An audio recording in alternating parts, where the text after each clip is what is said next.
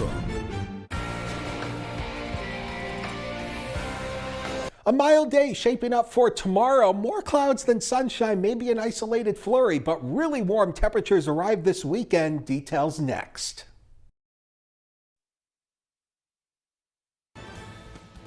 Good evening, everyone. I'm Kevin Hodge. Tonight on your WZMQ 19 News, nurses across Michigan are planning demonstrations for the next week, hoping to secure better work conditions and better contracts. Plus, we'll hear how environmental issues may be playing a part in this year's midterm elections. And we'll have the latest on the fragile ceasefire between the United States and Iran. Your 19 News at 11 starts now.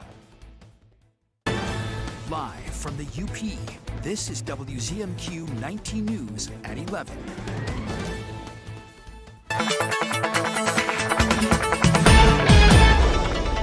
A pretty mild night by our standards shaping up tonight. We'll be into the mid to upper 30s closer to Lake Superior, near 40 further to the south. But tomorrow, it's going to be almost the same story. Cooler near Lake Superior because of a north wind, but warmer much to the south. Some of you could crack even the lower 50s.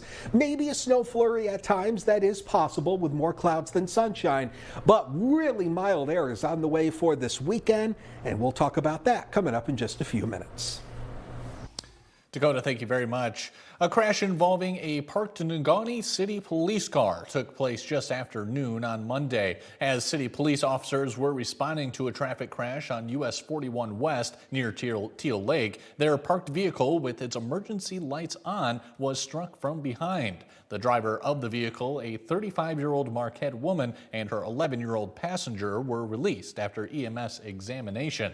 The officer inside the patrol vehicle was also assessed and cleared to return to duty. Following the incident, it was investigated by the Michigan State Police, and the driver was cited for speeding. The Negaunee City Police Department is reminding drivers to abide by Michigan's move over law, requiring drivers to move into an available lane or slow down by at least 10 miles per hour below the speed limit when any emergency or working vehicles are using the roadside. Over the next 7 days, nurses across the state will be holding demonstrations to advocate for better working conditions. Nurses at many Michigan hospitals are nearing the end of their contracts. Tomorrow, the Michigan Nurses Association will begin a week of action, with nurses calling on employers to provide new, fair contracts. The effort includes demonstrations in Traverse City, Lapeer, Alma, Mount Pleasant, and Houghton, where Aspirus Keweenaw nurses will rally at the Portage Lake Lift Bridge. As nurses, all we want to do is be able to take care of our patients adequately. And as a patient, we want to be taken care of. Our nurses do not have the things that they need to adequately take care of patients. I know in the UP, the hospitals are also spaced out, so there's not access to care like it should be also. The week will end with a Capital Action Day in Lansing next Wednesday. Healthcare professionals will advocate for the passage of Senate Bills 296 and 297, which they say would eliminate the misuse of mandatory overtime for nurses. We're going to show up in force. We're going to have healthcare providers from across the state come together. We're going to go meet with our local senators and legislators and tell our needs. We stand with nurses because, the nurses take care of us. According to the Nurses Association president, the demonstrations are classified as practice strikes, meaning nurses will be picketing on their own time and no patients will go without care. As Earth Month puts a spotlight on environmental issues, new data is showing they may not be top of mind for many voters. Instead, cost of living and energy prices are dominating conversations. Our Michigan Capitol correspondent Sophia Murphy spoke with an environmental attorney who says those issues may be more connected than they appear. While data centers and their environmental impact have drawn attention across the state, broader climate concerns are still very much in play, just through a different lens. They're kind of intertwined when we talk about affordability. We're talking about things that actually are impacting climate, health, people's well-being. Experts say issues like gas prices, energy supply, and even food costs are increasingly being linked back to climate and environmental policy.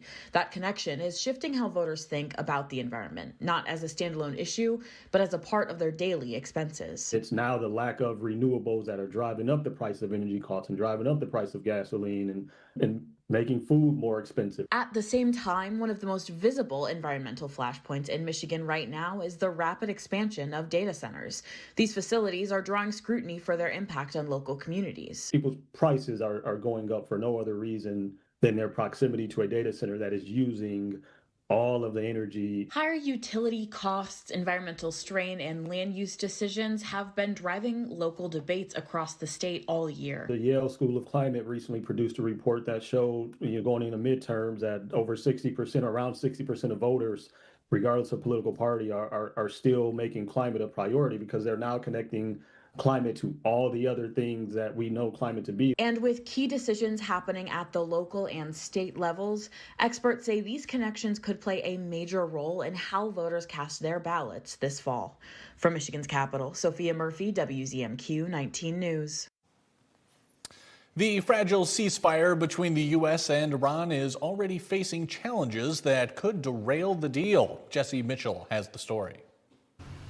Less than 24 hours after both sides agreed to pause fighting for 2 weeks, Iran pulled back on a key concession today, with its state media reporting the Strait of Hormuz is closed once again. I will reiterate the president's expectation and demand that the Strait of Hormuz is reopened immediately, quickly, and safely. Tehran shut down the waterway after Israel launched a wave of attacks targeting Hezbollah militants in Lebanon. Lebanon's health ministry says the strikes killed 182 people and injured 890. Lebanon is not part of the ceasefire. That has been relayed to all parties involved in the ceasefire. Iran disagreed. The country's foreign minister posted, if America didn't rein in Israel, the ceasefire was off. This is the nature of a ceasefire. No ceasefire ever goes without a little bit of choppiness. Back in Washington, House Democrats will try to pass a war powers resolution again Thursday to limit President Trump's ability to further strike Iran. Senate Democrats hope to do the same next week. Congress must reassert its authority, especially at this dangerous moment. No president, Democrat or Republican, should take this country to war alone. Negotiators for both sides will meet in Pakistan this weekend, with Vice President Vance leading the U.S. delegation. When the Iran war pushed up the cost of jet fuel, 4 of the 6 largest U.S. airlines raised their prices for checking bags. It's something to think about before you travel this summer. Chris Van Cleve reports from Phoenix Sky Harbor Airport. Well, these price hikes really depend on how many bags you're checking, but it's going to cost you at least $10 more a bag to check at Southwest and Delta. This matches a move from United. That first bag is going to be at least $45, second bag $55. But if you need to check a third bag on Delta or United, that's now going to cost you $200, up $50. This round of fee increases started with JetBlue raising their bag fees by $4 to $9 last month. United followed suit last week. Frequent flyers and credit card holders will continue to get the same exemptions they've had previously. Why is this happening now? The price of jet fuel has roughly doubled due to the war in the Middle East. That's already prompted flight cuts and pushed up airfares. Here's what United CEO Scott Kirby told us just last month. Airfares are up probably 15 to 20% in the last month. Oil price doesn't fully cover the price of oil. Airlines say the bag fees will help offset the fuel costs for United and Delta. It's the first time in 2 years they've raised those fees at Southwest. Checked bags, they were free a year ago at this time.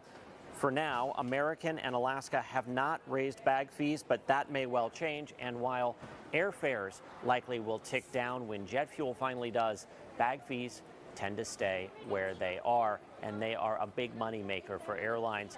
Last few years, they've cleared more than $7 billion in bag fees. The tax filing deadline is 1 week away. Business analyst Jill Schlesinger has tips to help procrastinators file by the upcoming deadline. If you're scrambling to meet the April 15th personal federal tax return deadline, gather your documents and be methodical. The quickest and most efficient way to file is electronically, with direct deposit for any refund. To avoid costly mistakes, double-check Social Security numbers, choose the correct filing status, calculate and claim deductions and credits correctly, Remember to put brackets around negative numbers and don't forget to sign and date the return. If you can't get your act together by April 15th, you can request an extension with Form 4868. That buys you time until October 15th to submit your return. But remember, an extension to file is not an extension to pay. You still need to estimate and pay any owed taxes by the April 15th deadline to avoid any potential penalties and interest. And even with an extension, the deadline to make IRA and Roth IRA contributions is still April 15th. If you owe money but can't afford to pay, don't hide. The IRS offers short and long-term payment plans. But avoid using a credit card to pay your taxes. Fees can make it the most expensive option. Dakota Hunter has your first warning weather forecast when we come back. Plus, we'll check on the Artemis II mission with the astronauts expected to reach Earth this Friday. And we'll hear from an expert on what to watch out for with pain in pets and how you can catch the early signs. We'll be right back in just a couple minutes. 19 News is brought to you by Kirkish Furniture. It's Earth Month in the Upper Peninsula. Small actions make a big impact. Recycle 906 accepts cans, cardboard, plastics, and more, helping keep the UP clean and thriving. This Earth Month, recycle smarter. See what we accept at recycle906.com. I thought it was just a rash, but it had a bullseye ring around it. My doctor said it was a tick bite. Luckily, we caught it early. Ticks found in tall grass around your home can spread Lyme disease and other illnesses, which can lead to chronic health issues. The CDC estimates nearly 500,000 people across the country are diagnosed with Lyme disease each year. I didn't understand why my brother was having so many asthma flare-ups. Sometimes he couldn't breathe. Turns out a roach problem at home was triggering it. Allergens left behind by dust mites, roaches, and rodents are a major driver of asthma attacks, especially in children. When I had a fever, body aches, and fatigue, I never thought it would have been West Nile virus. All it took was a mosquito bite while gardening. Mosquitoes spread West Nile virus and many other diseases, and they can breed in standing water around your home. Protect your family from pests. Get the facts at pestworld.org. This is a powerful place. In this chamber, decisions are made every day, decisions that impact your life, your friends, family, and neighbors. Your life can be changed by what happens here.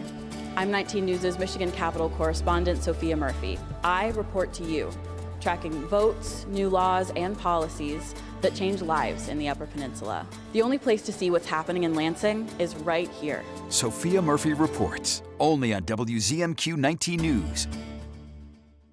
Pure Outdoor is the first program dedicated to increasingly popular outdoor and eco sports. Pure Outdoor.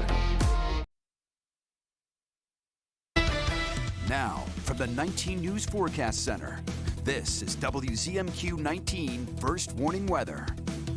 Welcome back, everybody. Today's high, 42 degrees. So a pretty average day here into Marquette and across much of the Upper Peninsula. Picked up about 0.2 of an inch of rain at the Sawyer Airport today. Of course, your total is going to vary if you measure rain. Of course, we know that.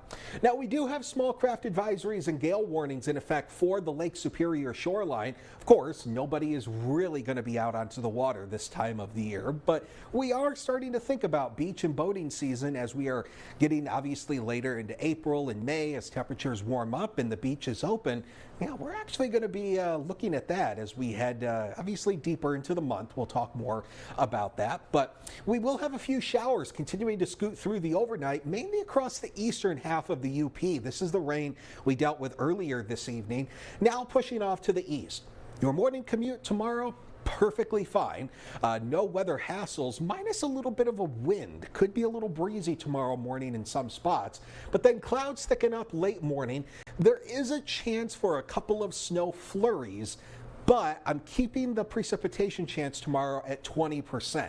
I think 30 is a little too much, so I'll keep it at 20, but don't be shocked if you see a couple of flurries around, but no snow accumulation is going to be expected out of that.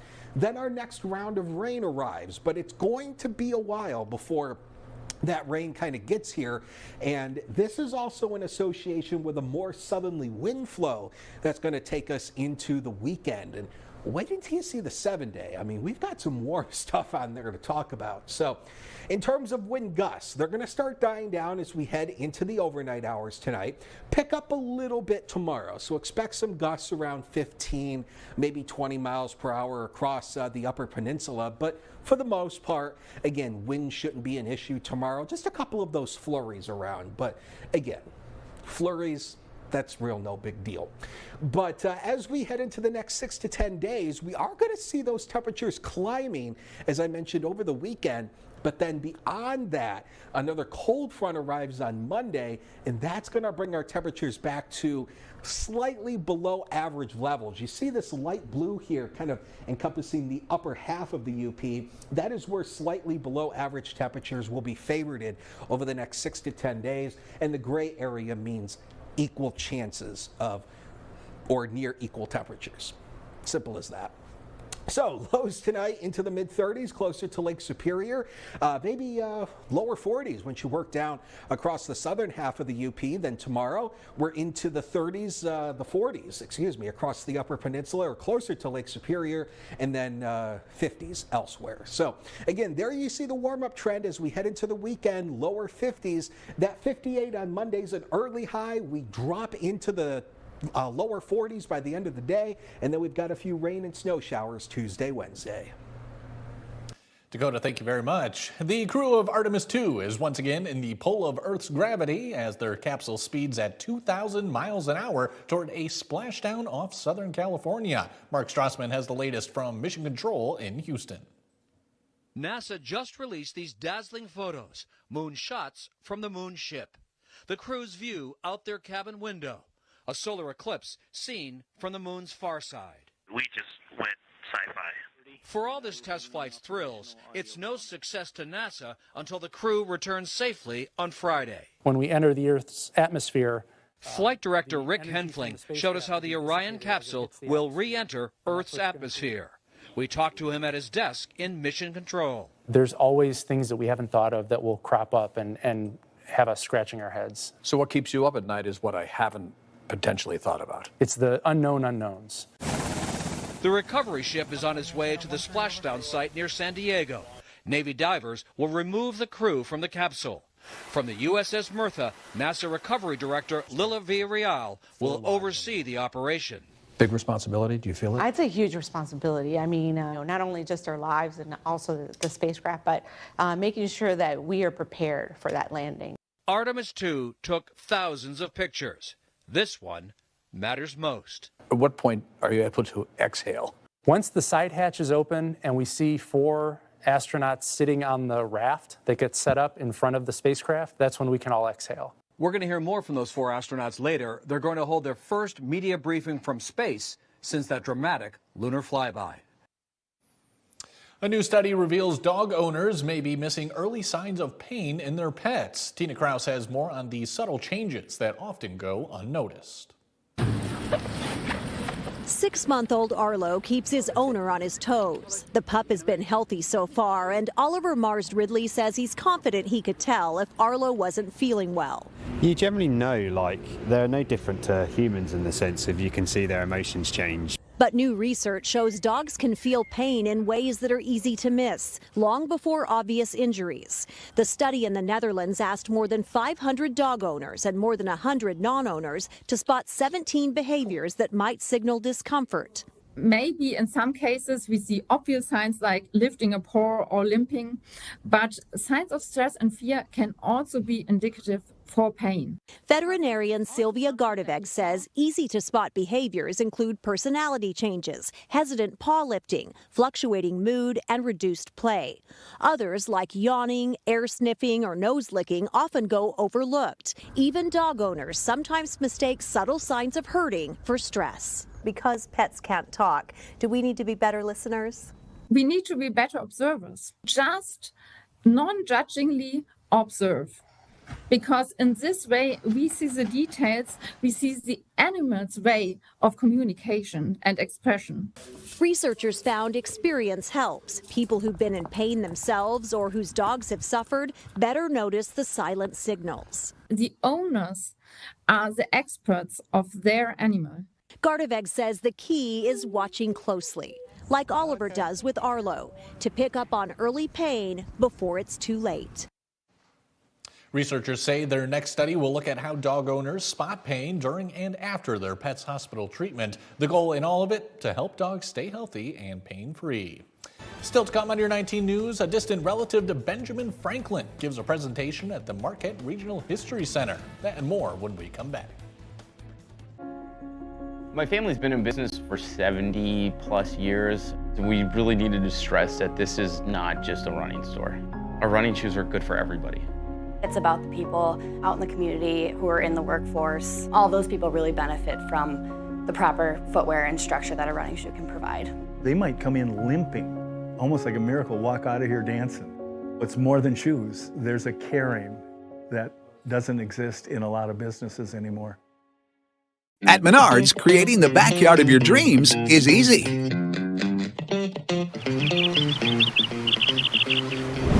Whoa. We'll take it. Hurry in to see and feel the furniture for yourself. This Cloverbrook set is a value of $999.99 after rebate. Don't wait and create your oasis today. Save big money at Menards. Debbie Allen is such a doll. Does it tickle you to see it? So many men have called me to confess Giselle. All right, I bought the damn doll. Then actress Danielle Panak. What do you remember most from that night? My speech had fell so far down into my Spanx. On J-Hood. The Jennifer Hudson Show, tomorrow at 4 on WZMQ CBS. Followed by The Kelly Clarkson Show at 5 and 19 News at 6. You have questions. Are your elected representatives in Washington working for you? Or do they stand on the issues and what's in it for you? Get the answers you need on WZMQ 19 News. I'm Rachel Knapp. And I'm Brendan Scanlon. Our job is reporting on Michigan's officials in Washington, covering and uncovering what they're doing, and then reporting directly to you. WZMQ 19's Washington Bureau works for you. And we deliver. Quality information straight from Capitol Hill. Only on WZMQ 19 News. You're watching WZMQ 19 News, live and local, with Kevin Hodge. Welcome back, everyone. This year, WZMQ 19 is highlighting local events that celebrate America 250. This evening at the Marquette Regional History Center, an NMU professor and historian shared a presentation about his very special distant relative. WZMQ's Andrew Hans has more. He's a fascinating person. To share an accurate history, it takes time, research, and commitment to a particular topic. This all seems to come easy from musician and historian Dr. James Strain, a first cousin 10 times removed of Benjamin Franklin through a common ancestor. That ancestor would be Peter Folger.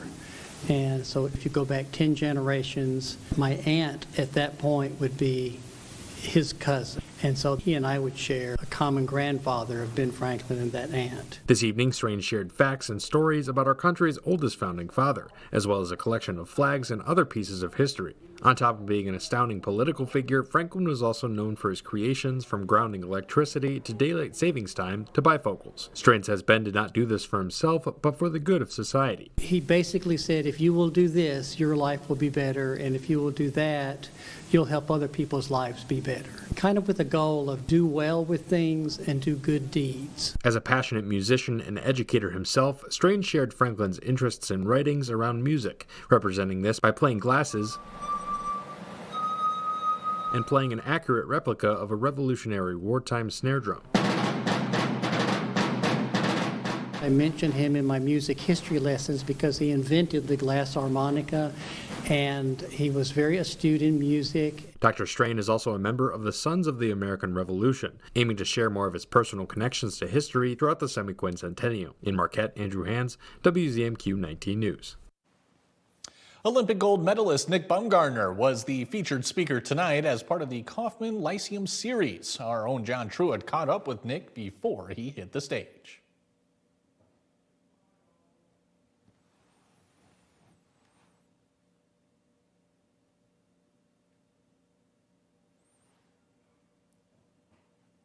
And here we go.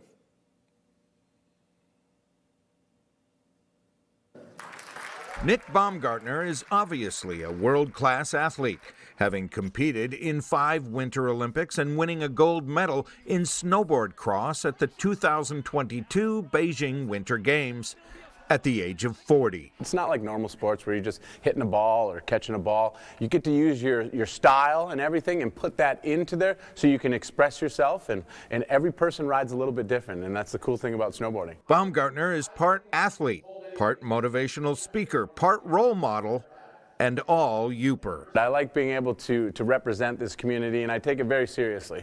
I go out there and I try to do the best that I can, and I try to leave a lasting memory with people, and then I invite them back. You want to see what it's like up here? Come see us. Been to 40 countries. Lake Superior is still the coolest thing I've ever seen.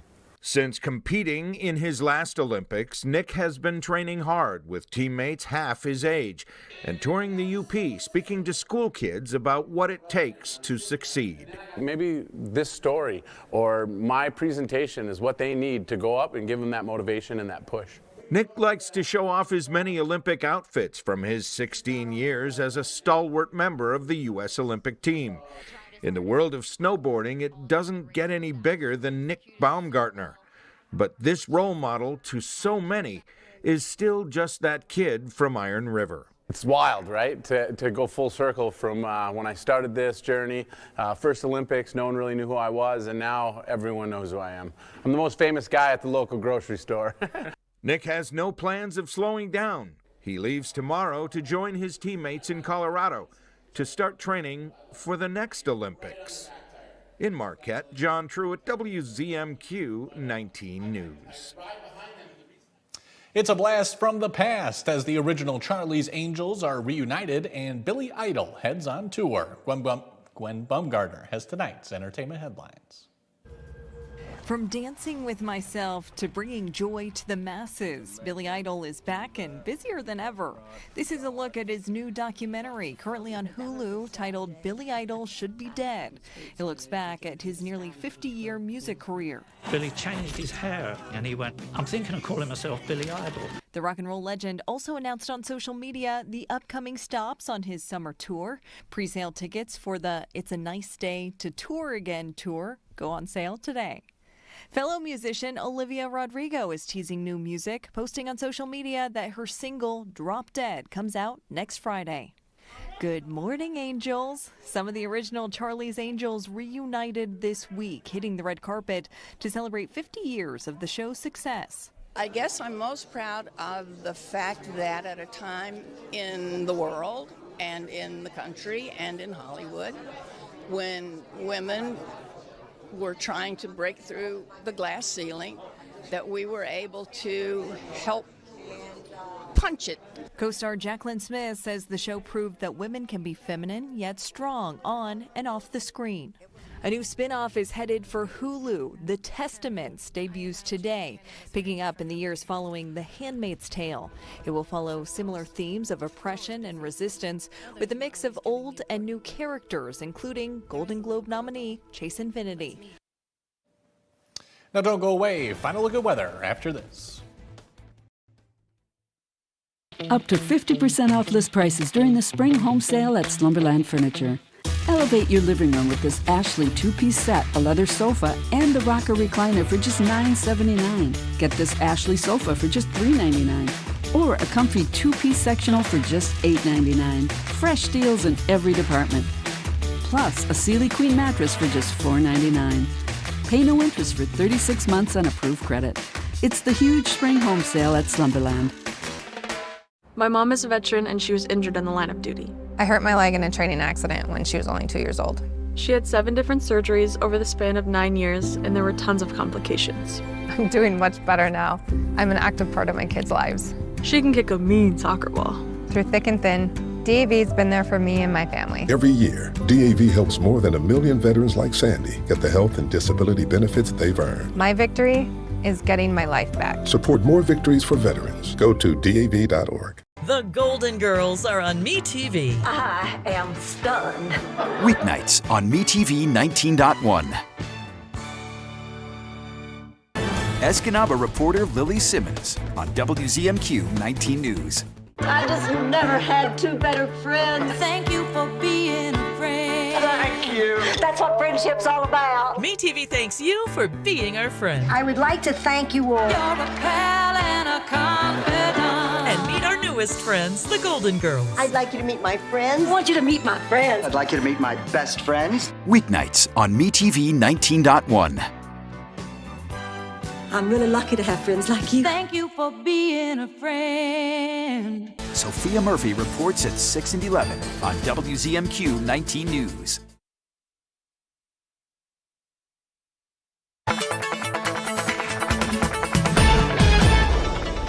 Temperatures not too bad tonight. Once again, about mid-30s closer to Lake Superior, but near 40 once you work down, especially across Iron River and Iron Mountain. Temperatures there could be close to 40 degrees as we head into the morning. Then again, through the overnight, temperatures into the 30s as we look ahead for tomorrow. 42 degrees, a few of those snow flurries possible late morning into the afternoon, but again, a mostly dry day. Friday, 40 degrees. Here comes that warm air as we head into the weekend on 50 and 52 with a few scattered showers on Sunday.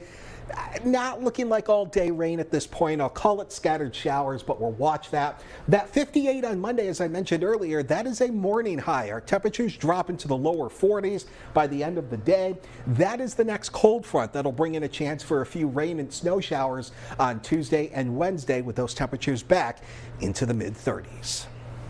Dakota, thank you again. And finally tonight, Pope Leo enjoyed a lighthearted moment today as he welcomed the U.S. exhibition basketball team, the Harlem Globetrotters, to St. Peter's Square.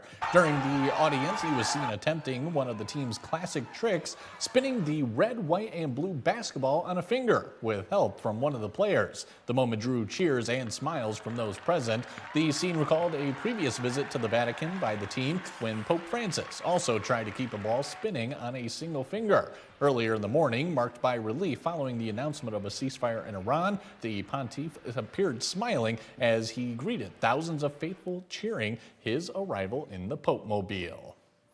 That is all the time we have for tonight, everyone. But guess what? We got more headlines coming your way tomorrow at 6/5 Central. We'll see you then.